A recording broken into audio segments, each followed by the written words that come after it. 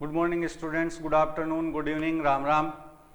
आज के नए सेशन में हम डिस्कस करने जा रहे हैं। हमारा जो टॉपिक चल रहा था सब्जेक्ट वर्ब एग्रीमेंट, जो सभी कंपटीशन के लिए था, तो उसमें आगे डिस्कस करते हैं और आज उसे कंप्लीट कर देते हैं। तो देखिए, लास्ट में हमने रूल पढ़ा था सब्जेक्ट वर्ब एग्रीमेंट से रिलेटेड कि दो सब्जेक्ट जो हैं वो यदि नॉट ओनली बट एल्सो से, इधर ऑल से या नीदर नोर से जुड़े हुए हैं तो और, नोर और बट एल्सो के बाद में जैसा वर्ड आता है, यानी कि सिंगुलर वर्ड आएगा तो सिंगुलर वर्ब आ जाएगी, प्लूरल वर्ड आएगा तो प्लूरल वर्ब आ जाएगी। हम उससे आगे के रूल डिस्कस करते हैं। सब्जेक्ट वर्ब एग्रीमेंट हमारा टॉपिक है स्टूडेंट्स, सब्जेक्ट वर्ब एग्रीमेंट। इसे सिंटैक्स भी कह सकते हैं और एग्रीमेंट की जगह कंकर्ड वर्ड भी यूज ले सकते हैं। अब देखिए, सपोजिशनल सेंटेंस होते हैं जिनमें सब्जेक्ट, जहां मतलब अक्षर गलती करने के चांसेज होते हैं स्टूडेंट के द्वारा, इसलिए एग्जाम में बार बार रिपीट होता है इस रूल से क्वेश्चन, या इस पॉइंट से क्वेश्चन बार बार पूछा जाता है। क्यों पूछा जाता है? क्योंकि यहां गलती होने के चांस या अवसर ज्यादा रहते हैं।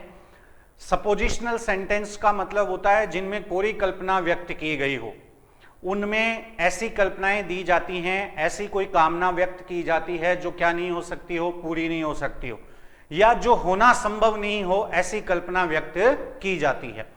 तो ऐसे जो सेंटेंस होते हैं उन सेंटेंस में सब्जेक्ट सिंगुलर होता है लेकिन वर्ब हमेशा प्लूरल आती है। तो हमें देखिए बात क्या थी, आज का हमारा पहला रूल है, पहला पॉइंट है suppositional sentences, suppositional sentences and subject. कि सपोजिशनल सेंटेंस में सब्जेक्ट जो है यानी कि कर्ता है वो क्या सिंगुलर होगा कि प्लूरल होगा। तो सपोजिशनल सेंटेंस के बारे में जैसे मैंने आपको बताया कि वे सेंटेंस होते हैं जिनमें कोई कल्पना व्यक्त की जाती है और उनमें इनसे क्वेश्चन जो है वो बार बार रिपीट होते रहते हैं। कारण इसका यह है कि स्टूडेंट कंफ्यूज हो जाता है और गलती कर बैठता है, इसलिए यहां से क्वेश्चन बार बार बनते हैं। देखिए, जैसे मैं आपको कुछ वाक्य बोल के बताता हूं। जैसे कई बार आपने ऐसा सुना होगा, अगर मैं पक्षी होता तेरे लिए उड़ता, ठीक है, अगर मैं भारत का प्रधानमंत्री होता सभी गरीबों का कर्जा माफ कर देता। तो ये ऐसी कल्पनाएं हैं जो क्या नहीं हो सकती, पूरी नहीं हो सकती। तो ऐसे जो सेंटेंस होते हैं इनको कहा जाता है सपोजिशनल सेंटेंस। अब अंग्रेजी में इन सेंटेंस की पहचान कैसे हो, तो ये सेंटेंस चालू होते हैं इफ से, ये सेंटेंस चालू होते हैं इफ से, ये सेंटेंस चालू होते हैं किससे दोस्तों? इफ से। तो इनकी पहचान हो गई कि ये सेंटेंस किससे चालू होंगे? इफ से चालू होंगे।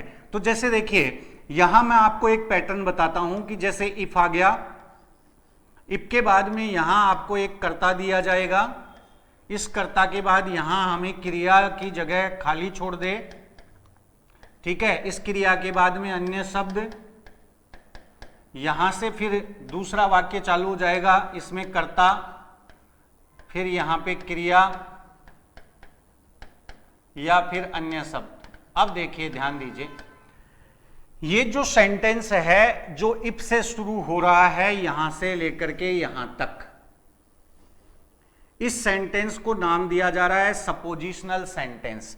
इस सेंटेंस को क्या नाम दिया जा रहा है स्टूडेंट्स? Suppositional sentence. और ऐसे सेंटेंस में आपको क्या याद रखना है?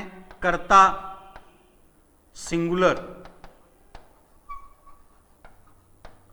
बराबर प्लूरल वर्ब। कर्ता सिंगुलर होगा लेकिन वर्ब कैसे आएगी? प्लूरल। कर्ता प्लूरल बराबर प्लूरल वर्ब। मतलब कर्ता सिंगुलर होगा तो भी वर्ब कैसी आएगी? प्लूरल। और कर्ता प्लूरल होगा तो भी वर्ब कैसी आएगी? प्लूरल। जैसे एग्जाम्पल लिख लेते हैं, देखिए बोर्ड पे। मान लीजिए जैसे मैंने सेंटेंस लिखा, if he blank a bird he would fly for you, he would fly for you. देखिए यहां पे ही, if he blank space a bird he would fly for you. जैसे यहां दिया इफ ही ए बर्ड, अगर वह एक पक्षी होगा, ही वुड फ्लाई फॉर यू, वह तुम्हारे लिए उड़ेगा। अब यहां पे देखिए, यहां जो ही सब्जेक्ट है इस वाक्य का, ये सिंगुलर सब्जेक्ट है। कैसा सब्जेक्ट है? Singular subject. लेकिन हमने रूल पढ़ा है कि सब्जेक्ट सिंगुलर होगा तो भी क्रिया कैसी आएगी? प्लूरल। अब यहां आपको ऑप्शन दे दे, जैसे पहला ऑप्शन दे दिया मान लीजिए वॉज, बी ऑप्शन दे दिया जैसे वर, ठीक है, सी ऑप्शन दे दिया जैसे मान लीजिए इज, और डी ऑप्शन दे दिया जैसे आर। अब यहां देखिए दो ऑप्शन ऐसे हैं चार में से जो गलत हैं। एक तो वॉज सिंगुलर है और इज सिंगुलर है। इज और वॉज वाले ऑप्शन गलत क्यों हैं? क्योंकि ये दोनों सिंगुलर हैं। अब वर और आर दोनों प्लूरल हैं। अब इन दोनों में से कौन सा है? तो देखिए यहां पे वुड जो है ये क्या है? पास्ट टेंस है। किसका? विल की सेकंड फॉर्म है। तो जब मैन क्लोज, ये है सपोजिशनल क्लोज, ये है मैन क्लोज, तो मैन क्लोज जो है अगर वह पास्ट टेंस में होता है तो क्रिया पास्ट आती है। अब इतनी बात भी नहीं समझ में आए तो यूं ध्यान रखें कि जैसे यहां वुड जो है वो विल की पास्ट फॉर्म है तो प्रेजेंट फॉर्म नहीं आएगी। अब इज एम आर क्या है? प्रेजेंट, तो ये नहीं आएगा। अब यहां आंसर क्या आ जाएगा? वर। तो यहां सेंटेंस में ही के बाद क्या आएगा? वर, जो बोलने में और लिखने में बिल्कुल अटपटा लगता है, लेकिन यहां एक विशेष रूल के तहत, विशेष रूल के अनुसार यहां पे ही सब्जेक्ट के साथ वोज या इज नहीं आएंगे, बल्कि क्या आएगा? वर आएगा। जैसे देखिए नेक्स्ट एक और example, if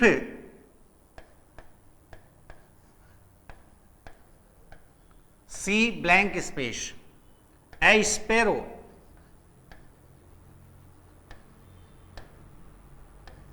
C would sing a song for you. अब यहां देखिए इफ सी ब्लैंक स्पेस, तो अब यहां देखिए क्या आएगा? सी जो है ये सिंगुलर सब्जेक्ट है, लेकिन यहां वर्ब जो है वो कैसी आएगी? आपको पता ही है, प्लूरल वर्ब आएगी। क्यों? क्योंकि सी जो है, अब इसको समझिए, यहां पे सी जो है, सी का मतलब कोई ना कोई लड़की, और लड़की क्या है? मानव। अब हम इसके लिए क्या कह रहे हैं कि ये क्या होती? चिड़िया। तो एक मनुष्य जो है वो पक्षी कैसे बने? तो ये ऐसी कल्पना है इस वाक्य में जो कल्पना क्या नहीं हो सकती? पूरी। जो कल्पना क्या नहीं है? संभव नहीं है ऐसा हो। तो इसलिए यहां पे ये सेंटेंस हो गया सपोजिशनल। ऐसी कल्पना है जो क्या नहीं हो सकती? पूरी। तो इसलिए यहां पे क्या आ जाएगा? वर आ जाएगा। कंप्लीट बात। तो यहां पे सेंटेंस का सब्जेक्ट कौन है? सिंगुलर, लेकिन क्रिया कैसी आएगी? प्लूरल। जैसे चार ऑप्शन दे दे, वॉज और वर, एक ऑप्शन दे दे जैसे इज, और एक ऑप्शन दे दे आर। अब ये दोनों तो प्रेजेंट है इसलिए नहीं आएगा, ये वॉज सिंगुलर है इसलिए नहीं आएगा, तो आंसर क्या आ जाएगा? वर आ जाएगा। ऊपर वाले सेंटेंस में देखिए यहां पे लिखा हमने ही ब्लैंक ए बर्ड, तो ही क्या है? एक लड़का या एक मनुष्य है। अब वो क्या कह रहा है? बर्ड, पक्षी। तो पक्षी कैसे बन सकता है? जब तक मरेगा नहीं, दोबारा जन्म नहीं लेगा, तो ये संभावना क्या है? कम है। ऐसी संभावना है जो पूरी नहीं हो सकती। तो ऐसे वाक्यों में हमेशा किसका प्रयोग किया जाएगा? ऐसे वाक्यों में हमेशा प्रयोग किया जाएगा सिंगुलर सब्जेक्ट के साथ में भी सिंगुलर वर्ब का। जैसे ही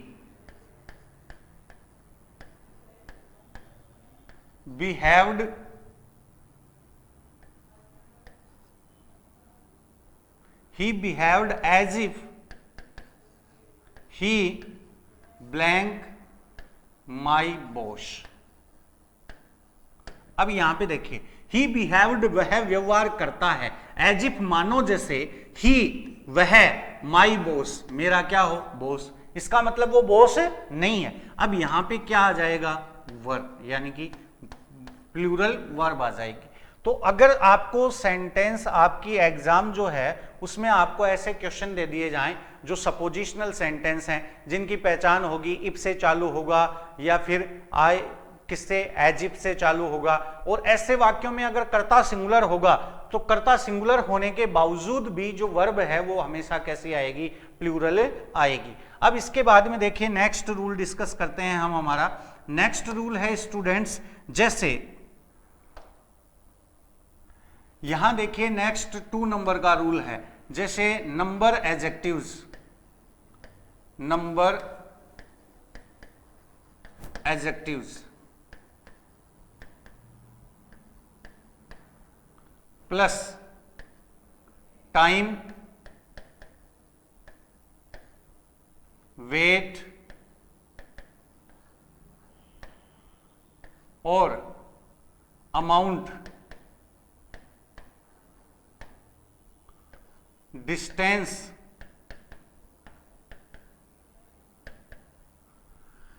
जैसे देखिए नंबर एडजेक्टिव, इसके बाद में क्या, टाइम समय बताने वाले शब्द, वेट वजन बताने वाले शब्द, फिर अमाउंट कोई भी मतलब संख्या, या फिर डिस्टेंस दूरी बताने वाले शब्द, और इनसे पहले क्या दिया हुआ हो, नंबर एडजेक्टिव। नंबर एडजेक्टिव से मतलब समझिए संख्यावाची शब्द, संख्यावाची शब्द,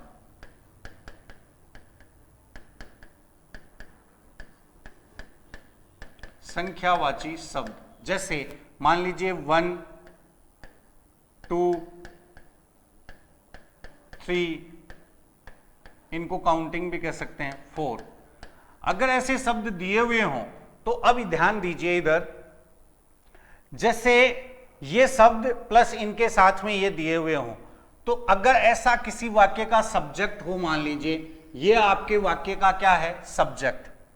देखिए फिर से, अगर इनमें से कोई भी आपके वाक्य का सब्जेक्ट है, यदि ये वाक्य का सब्जेक्ट है ऐसे नंबर एडजेक्टिव और इनमें से कोई, तो इसको माना जाता है सिंगुलर सब्जेक्ट। कैसा सब्जेक्ट माना जाएगा, सिंगुलर सब्जेक्ट।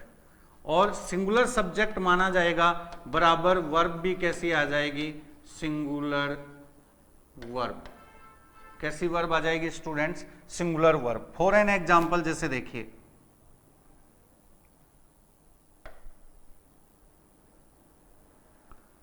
जैसे ये कह दे 500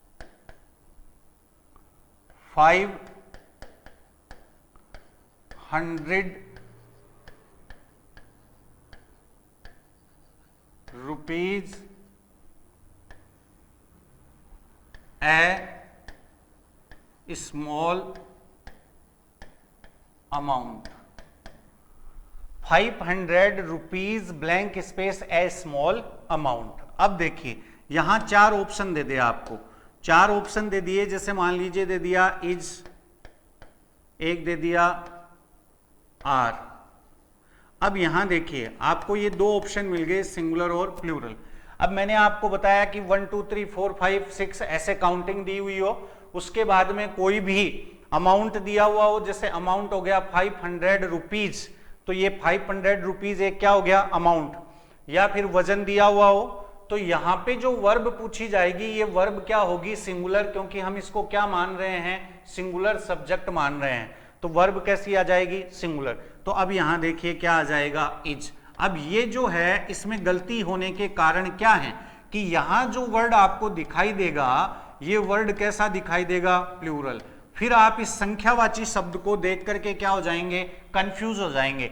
तो आपको ऐसी गलती नहीं करनी है। अगर एग्जाम में ऐसे सेंटेंस, ऐसे क्वेश्चन आपको दिए जाएं, सब्जेक्ट वर्ब एग्रीमेंट का क्वेश्चन आए, आपको क्रिया पूछे, तो याद रखें क्रिया कैसी आएगी, सिंगुलर। जैसे 500 रुपीज, तो यहां रुपीज प्लूरल दिख रहा है, तो यहां आर लगा दें, या 5 के अनुसार क्या लगा दें, आर, क्योंकि 5 तो 1 से अधिक हो गए तो plural.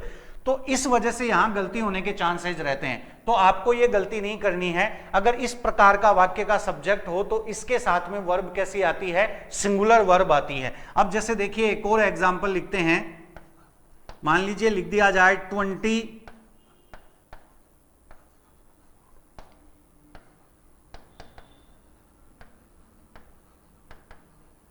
20 kilometres a long way to walk,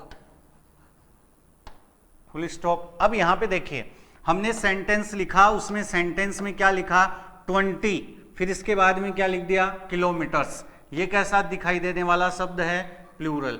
अब यहां पे 20 किलोमीटर तो दिखने में क्या है ये प्लूरल, लेकिन वास्तविकता में ये सब्जेक्ट क्या माना जाएगा सिंगुलर, सिंगुलर माना जाएगा। तो इसके साथ क्रिया कैसी आनी चाहिए सिंगुलर।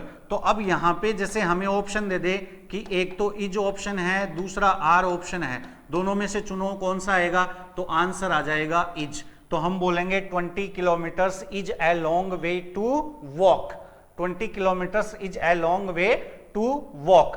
तो अब देखिए फिर से देखिए एक बार रिपीट करते हैं। नियम क्या था, नियम था कि नंबर एडजेक्टिव, फिर इसके बाद में टाइम, वेट, अमाउंट, डिस्टेंस, ठीक है, ऐसे कोई भी शब्द हो तो आप ध्यान रखिए यहां इनसे पहले अगर संख्यावाची शब्द दिए जाते हैं तो ऐसा अगर सब्जेक्ट होगा किसी सेंटेंस का तो हम उसे सिंगुलर सब्जेक्ट मानेंगे और क्रिया कैसे आ जाएगी स्टूडेंट्स सिंगुलर। ज्यादा पूछे जाने की या क्वेश्चन आने की संभावना और गलती होने की संभावना क्या रहती है कि यहाँ पे ये प्लूरल वर्ड दिखाई देते हैं खालिस्तान से ठीक पहले, तो जो एग्जाम में स्टूडेंट बैठते हैं वो कंफ्यूज हो जाते हैं कि ये प्लूरल है और हम प्लूरल लगा बैठते हैं, तो प्लूरल क्रिया लगाते ही गलती हो जाएगा। तो ध्यान दीजिए यदि संख्यावाची शब्द है, उसके बाद में समय सूचक शब्द, उसके बाद में किसी वजन को बताने वाला शब्द यानी वजन सूचक शब्द, या निश्चित अमाउंट राशि बताने वाला शब्द या राशि सूचक शब्द, या फिर क्या बताने वाला शब्द, क्या वेट वजन बताने वाला शब्द, या दूरी बताने वाला शब्द हो, तो हमें वहां पे किसका प्रयोग करना है सिंगुलर वर्ब का प्रयोग करना है, क्योंकि वो कैसा सब्जेक्ट माना जाएगा सिंगुलर सब्जेक्ट माना जाएगा। जैसे कि मैं एक और क्वेश्चन लिख दूं, मान लीजिए जैसे 30 इयर्स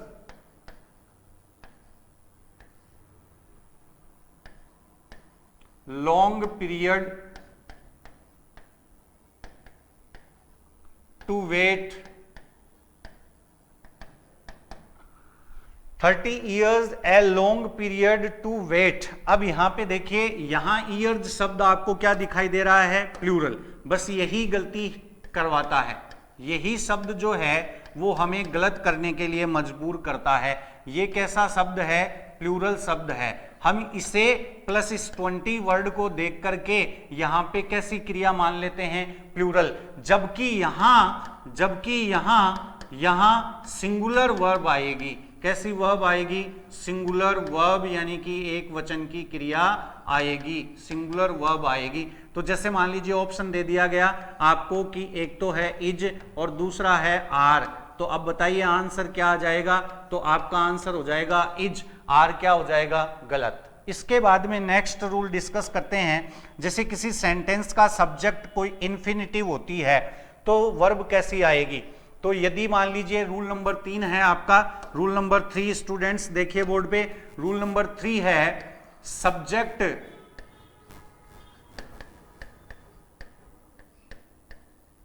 कर्ता के स्थान पर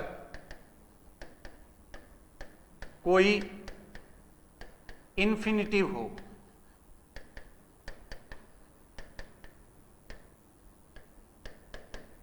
क्या हो कोई इन्फिनिटिव, तो क्रिया कैसी आ जाएगी प्लूरल क्रिया आ जाएगी। तो क्रिया कैसी आएगी प्लूरल, सॉरी अगर सब्जेक्ट के स्थान पे क्या दिया हुआ है कोई इन्फिनिटिव दी हुई है तो कैसी क्रिया आएगी सिंगुलर। जैसे इन्फिनिटिव किसको कहते हैं, टू प्लस वर्ब की फर्स्ट फॉर्म जो होती है उसे इन्फिनिटिव कहा जाता है, टू प्लस वर्ब की फर्स्ट फॉर्म, ठीक है, इसको क्या कहते हैं हम इन्फिनिटिव कहते हैं। यदि ये किसी सेंटेंस का सब्जेक्ट बने तो सिंगुलर वर्ब आएगी, कैसी वर्ब आ जाएगी सिंगुलर वर्ब। जैसे देखिए to find errors in others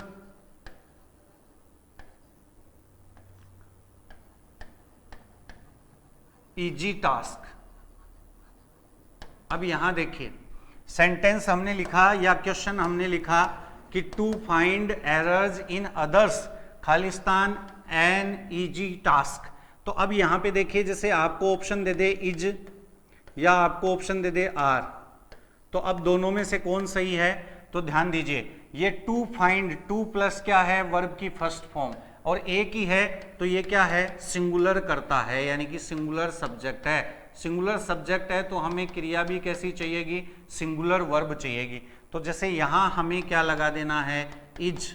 तो आंसर आ जाएगा to find errors in others is an easy task. फिर देखिए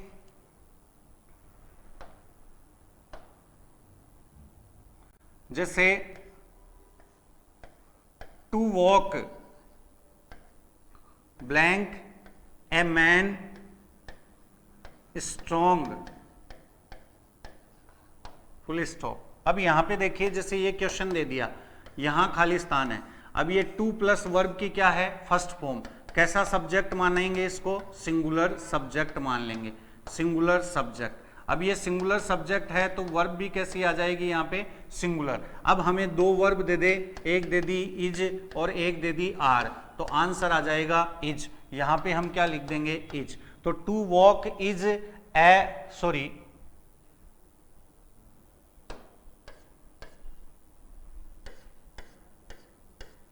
यहां क्रिया दे दे जैसे मैक और मैक्स, मैक और मैक्स, तो अब आंसर आ जाएगा मैक। तो यहां पे आंसर आ जाएगा मैक,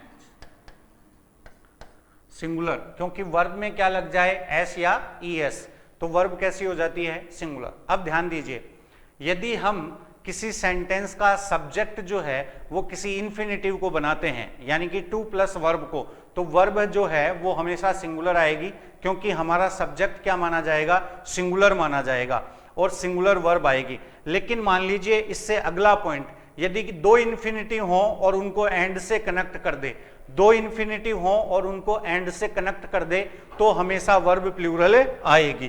तो देखिए जैसे इससे नेक्स्ट रूल हो जाएगा हमारा, इससे नेक्स्ट रूल हो जाएगा students, infinitive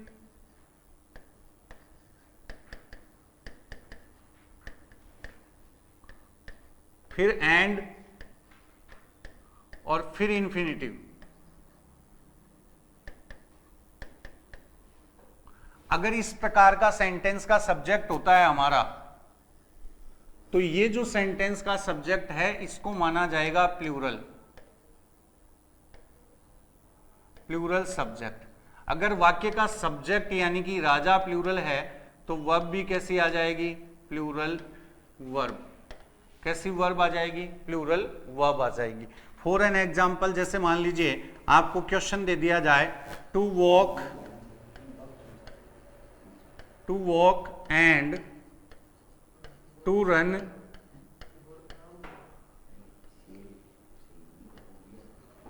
good for health. अब यहां पे देखिए अगर एक इन्फिनेटिव सेंटेंस का सब्जेक्ट होता तो हम वर्ब लगा देते सिंगुलर। अब हमारे पास यहां इन्फिनेटिव कितनी हैं? दो। जैसे देखिए एक ये तो आ गया एंड बीच में, और इसके पहले टू वॉक एक इन्फिनेटिव हो गई, इन्फिनेटिव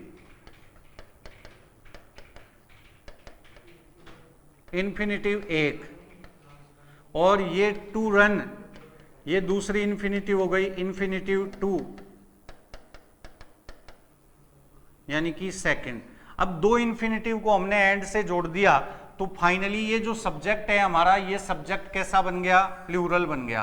प्लूरल बन गया तो अब यहाँ पे क्रिया कैसी आएगी? हमें क्या पूछ रहा है? क्रिया, तो वो कैसी आएगी? प्लूरल। अब जैसे ऑप्शन दे दे, एक तो आर, एक दे दे इज, तो इज तो सिंगुलर है, आर क्या है? प्लूरल, तो इज गलत हो जाएगा और आर क्या हो जाएगा? सही। तो देखिए स्टूडेंट्स, यदि किसी सेंटेंस का सब्जेक्ट क्या माना जाता है? एक इन्फिनेटिव है तो सिंगुलर माना जाता है। यदि दो इन्फिनेटिव हैं उनको एंड से कनेक्ट कर दिया तो उनको माना जाएगा प्लूरल सब्जेक्ट, और वर्ब कैसी आ जाएगी? प्लूरल वर्ब आ जाएगी। इसके बाद हम नेक्स्ट रूल डिस्कस करते हैं। ये हमारे 4 नंबर के बाद में 5 नंबर का रूल है। देखिए next rule, rule number 5, rule number 5 है, यदि किसी वाक्य का सब्जेक्ट जेरेंड हो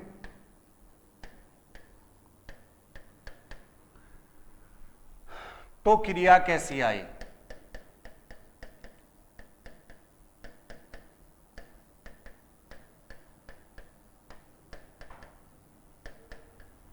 ये हमारा क्वेश्चन है। अब सबसे पहली बात तो हम ये समझे कि जेरेंड किसको कहते हैं। तो देखिए जेरेंड बराबर आप याद रखिए वर्ब, और वर्ब के एंड में क्या लगाया होता है, आईएनजी। इससे जो शब्द बनता है वो क्या कहलाता है, जेरेंड। कब कहलाएगा, जब यह शब्द नाउन जैसे काम करे, नाउन जैसा काम करे। कैसा काम करे भाई, नाउन के जैसा काम करे, तो इसे क्या कह देंगे, जेरेंड कह देंगे। एग्जाम्पल के लिए जैसे देखना, हमने लिखा स्विम,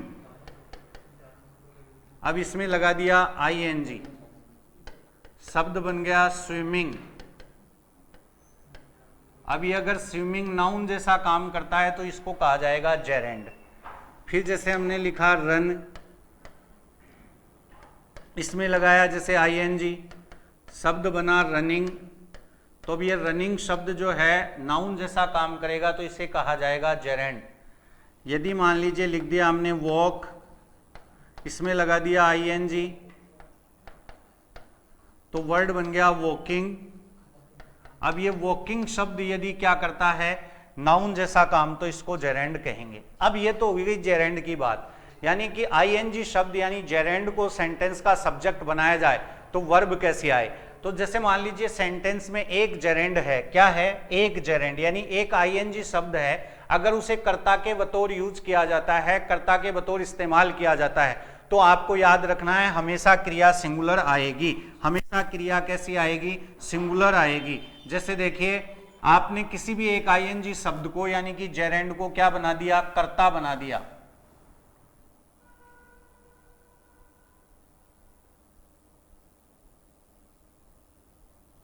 जैसे कोई भी एक आईएनजी वर्ड था उसको यानी कि जेरेंड को आपने क्या बना दिया, सब्जेक्ट बना दिया। जेरेंड जो है इसे कर्ता के स्थान पे लिख दिया। अब ये अगर कर्ता है मान लीजिए यानी कि सब्जेक्ट है, तो आपको इसको क्या मानना है, कौन सा सब्जेक्ट मानना है, तो डियर स्टूडेंट्स इसको मानना है सिंगुलर सब्जेक्ट। कैसा सब्जेक्ट मान लेंगे, सिंगुलर। तो अगर सब्जेक्ट सिंगुलर है तो वर्ब भी कैसी आनी चाहिए, सिंगुलर वर्ब आ जाएगी। तो ये ध्यान दीजिए आप, ठीक है। अगर जेरेंड काम नाउन का कर रहा है या नहीं कर रहा है ऐसे भी नहीं समझ में आता है, तो सिर्फ इतना ध्यान देना है कि आईएनजी लगा हुआ शब्द यदि कर्ता के स्थान पे है, ठीक उसके बाद आपसे क्रिया पूछी जा रही है तो वो सिंगुलर है, और उसके बाद क्रिया कैसी आएगी, सिंगुलर क्रिया आएगी। जैसे मान लीजिए आपको क्वेश्चन दे दिया जाए walking, blank space, good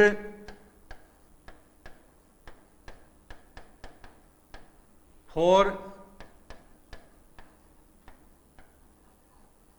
health.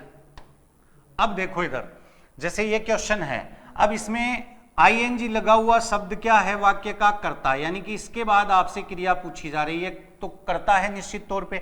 अब आपको ये नहीं समझ में आ रहा है कि ये जेरेंड है, नाउन जैसा काम कर रहा है या नहीं कर रहा है, कोई बात नहीं, नहीं समझ में आए। अब इतना ध्यान दीजिए, आईएनजी लगा हुआ शब्द है, इसके बाद में क्रिया पूछ रहा है, इसका मतलब ये कर्ता है। अब हमें तो सिर्फ इसके बारे में 2 पॉइंट ध्यान रखने हैं, ये सिंगुलर है या प्लूरल, यानी इसे सिंगुलर माने या प्लूरल। तो हमने साफ लिखा है, देखिए जेरेंड यानी कि कर्ता हो तो इसे क्या मानेंगे, सिंगुलर सब्जेक्ट, क्रिया भी कैसी आ जाएगी, सिंगुलर। तो यहां हम क्रिया कैसी लगा देंगे, अब प्यारे बच्चों सिंगुलर क्रिया लगा देंगे। तो जैसे हमें अब 2 ऑप्शन दे दे, मान लीजिए एक प्लूरल वर्ब और एक सिंगुलर वर्ब, तो यहां कौन सी वर्ब आ जाएगी, सिंगुलर वर्ब आ जाएगी। जैसे एक ऑप्शन दे दिया हमें आर और दूसरा ऑप्शन दे दिया जैसे हमें इज, तो यहां आंसर आ जाएगा क्या, इज। आर क्या हो जाएगा, गलत। कंप्लीट। तो ऐसे ध्यान रखिए, कोई भी आईएनजी लगा हुआ शब्द यदि आपको वाक्य का सब्जेक्ट दिया जाता है तो आपको ध्यान रखना है वह सिंगुलर सब्जेक्ट है और उसके साथ क्रिया कैसी आएगी, सिंगुलर। अब इसके बाद में रूल नंबर 6 देखिए। रूल नंबर 6 है कि जैसे दो जेरेंड हो और उनको एंड से जोड़ दे। क्या हो, दो जेरेंड और उनको एंड से जोड़ दे। रूल नंबर 6, जैसे सबसे पहले एक जेरेंड दे दे, जेरेंड, फिर इसके बाद एंड दे दे और फिर इसके बाद एक and they they, sorry and नहीं, इसके बाद आपको एक और जेरेंड दे दे। जैसे मतलब यूं समझिए, जैसे एक तो लिख दे वॉकिंग, फिर लिख दे एंड और फिर लिख दे रनिंग। तो दो आईएनजी शब्द हो गए, एक वॉकिंग और एक रनिंग।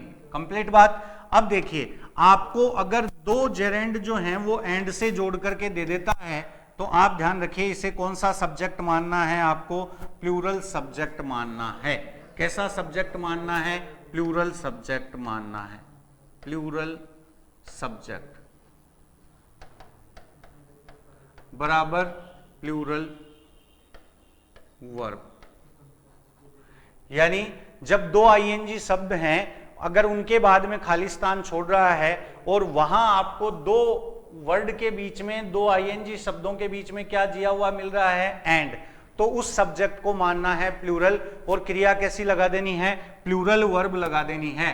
जैसे कि एग्जाम्पल लिखते हैं बोर्ड पे देखिए, जैसे लिख दिया वॉकिंग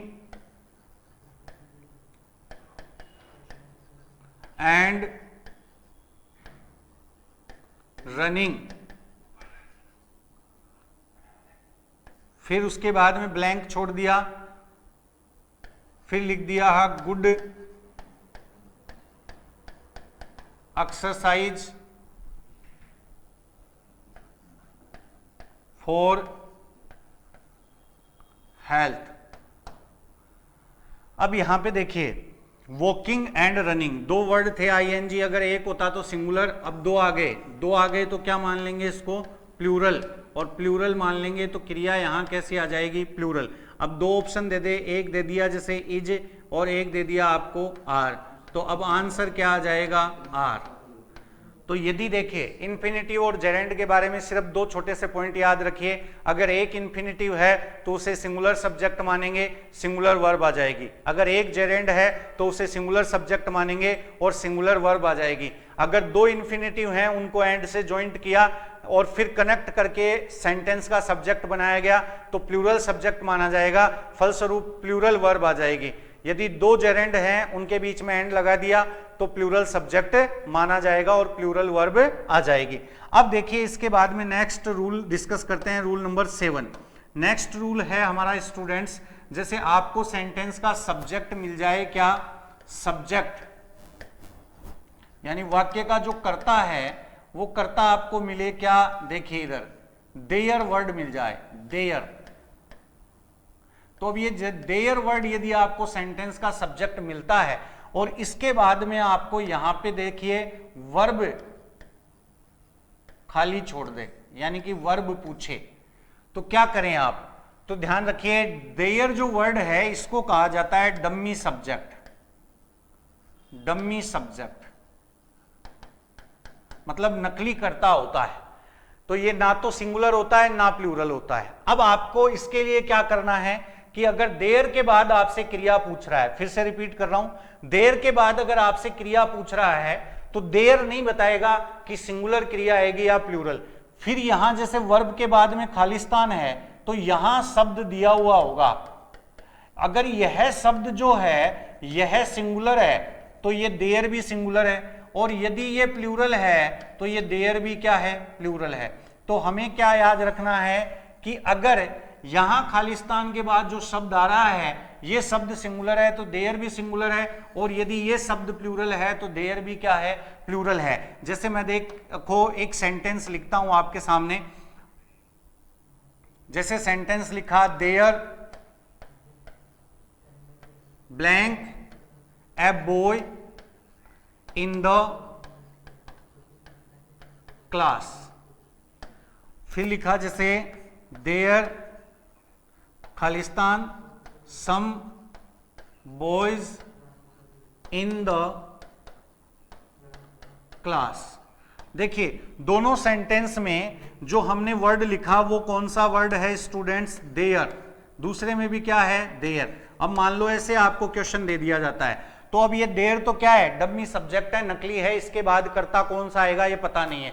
अब देखिए सॉरी, क्रिया कौन सी आएगी ये पता नहीं है, कर्ता कौन सा आएगा ये पता नहीं है, ये नहीं है, ये गलत बोल दी लाइन।